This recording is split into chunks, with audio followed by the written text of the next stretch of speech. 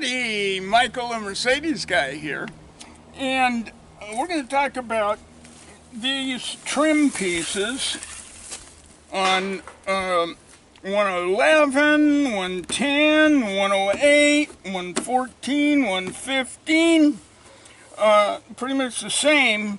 The trim actually goes under the rubber. So, to remove, you want to carefully nudge this union cover over, then use a hook tool. Let me get it over a little further to go under here. You want to be very careful because this is pretty thin aluminum, and I couldn't find my little good hook tool, so hopefully this has to go straight forward.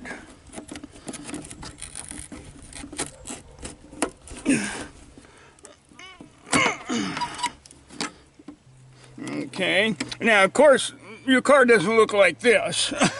This is the nose of a car. But anyway, as you go along here, you want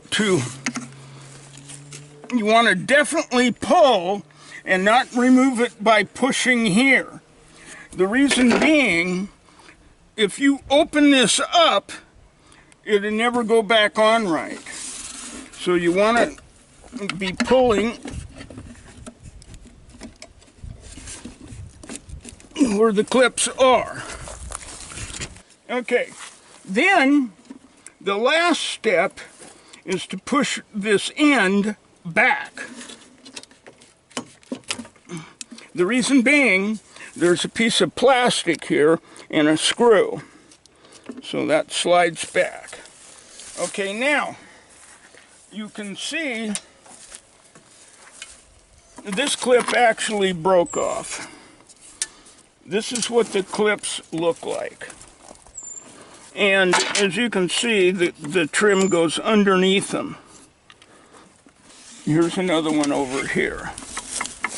Now, to put it back on,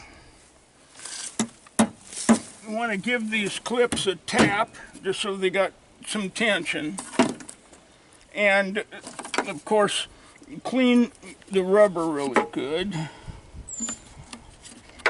I don't have the air hose down here at this lot, where I blast that out with some air. Now, this is the tricky part. You want to put that back on, then you use a tool like this. Has a little ball on the end. Now the removal tool, what you can make one about so wide a metal and make a hook like that. This isn't really sufficient. It needs to be a complete hook so that you can go under the trim and grab right there to pull.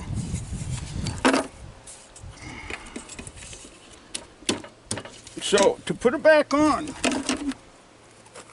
you want to start back here with your tool, and it really helps to have an assistant to push as you lift the rubber, and push and push, and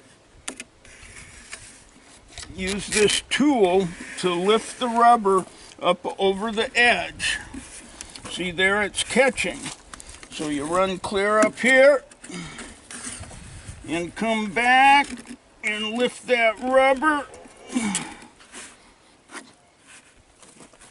I've almost got it on. Anyway, you see the process. And when you get it all the way up here, knock it on. Now, one thing you want to do when it's off, and that is take a piece of tape and mark where these clips are on the windshield, so you know where they are. The reason being, once you have this on, then you'll know where a clip is, and you want to make a tool.